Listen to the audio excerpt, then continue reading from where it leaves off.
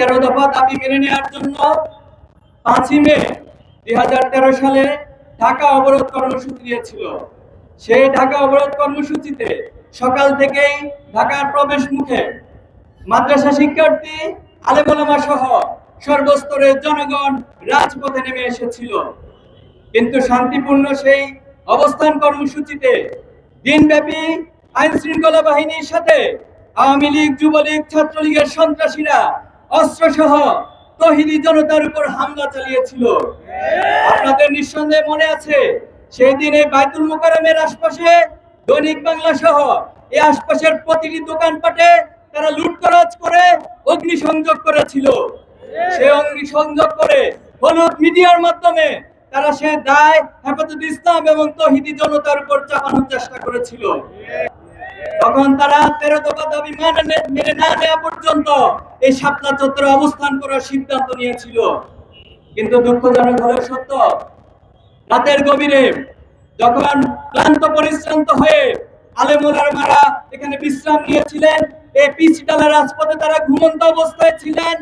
অনেকে হয়তো সে সময় নামাজ এবং আল্লাহর জিকিরে মশগুল ছিলেন। কিন্তু রাত যখন 2:30 বাজে, যৌথ বাহিনী এবং আওয়ামী গুন্ডারা একাট্ট হয়ে এই আলেম ওলামাদের উপর, ঘুমন্ত সাধারণের উপর যে নারকীয় হত্যাযজ্ঞ চালিয়েছিল, সেদিন আপনাদের নিঃসন্দেহে মনে আছে, মুহুর্মুহু সাউন্ড গ্রেনেড, টিয়ার শেল এবং গুলি করে এই রাজপথকে রক্তে রঞ্জিত করা হয়েছিল। সেদিন দিক বিদিক ছুটে গিয়ে প্রায় কয়েক হাজার মানুষ সেখানে শহীদ হয়েছিল। যদিও এটা এখনো তদন্তের মাধ্যমে, সুষ্ঠু তদন্তের মাধ্যমে সঠিক সংখ্যা নিরূপণ করা যায়নি। অধিকার রিপোর্ট অনুযায়ী 61 জনের শাহাদাতের কথা বলা হয়েছে। বিভিন্ন গণমাধ্যম এবং আন্তর্জাতিক সংস্থার মাধ্যমে প্রায় 200 জনের বেশি শহীদ হওয়ার ঘটনা উল্লেখ করা হয়েছে। আজকে 2025 সালের যে জায়গায় এসে আমরা দাঁড়িয়েছি, আমরা বলতে চাই এই শাপলা চত্বরের গণহত্যার বিচার অবশ্যই করতে হবে। জুলাই আন্দোলনে যতজন শহীদ হয়েছেন, প্রত্যেকটি গণহত্যার সুষ্ঠু বিচার অবশ্যই করতে হবে। আমরা দাবি করতে চাই সুষ্ঠু তদন্তের মাধ্যমে শহীদদের সঠিক সংখ্যা, সঠিক তালিকা প্রকাশ করা হোক। আমরা আরো দাবি জানাতে চাই, শাপলা চত্বরের এই ঘটনাকে কেন্দ্র করে রাষ্ট্রীয়ভাবে শাপলা গণহত্যা দিবস ঘোষণা করা হোক। টানা 7মবারের মতো বেস্ট টিস্যু পেপার ব্র্যান্ড হিসেবে স্বীকৃতি পেয়েছে বসুন্ধরা টিস্যু। সংগ্রামী উপস্থিতি, বাংলাদেশের আলেম ওলামাদেরকে ইসলাম বিদ্বেষী একটি শ্রেণী সবসময় মূলধারার বাহিরে হিসেবে তারা বয়ানে দাঁড় করানোর চেষ্টা করে।